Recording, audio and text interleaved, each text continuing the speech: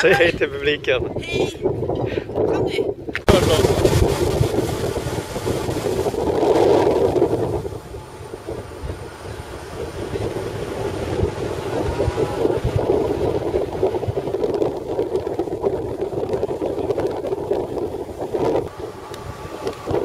Blåser det, Kurt? Ja, det blåser ganska mycket. Nej.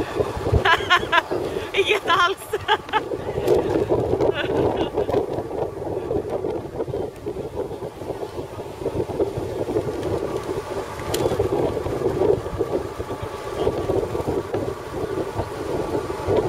Vart är vi på väg då? Jag vet inte.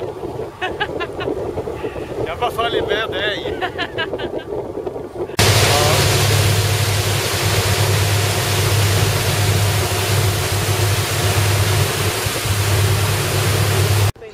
En, två, tre, fyra, fem, sex, sju, 8 små bebisar. Titta så många bebisar hon har fått i år. Åh, så roligt för henne. Hej Kurt! Är du ute i Styrsö och... Fikar och solar.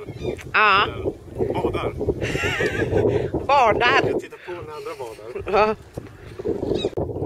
Och jättegoda cupcakes. Ja just det, de får vi ta lite kort på här. Nam nam nam nam nam nam nam nam nam.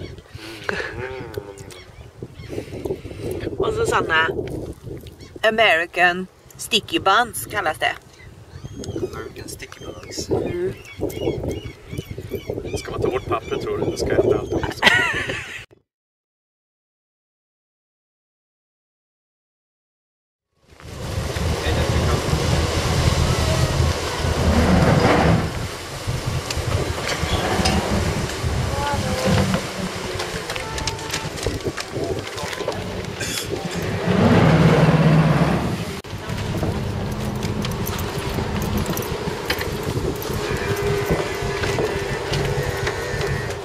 Ska vi se så vi får med oss alla?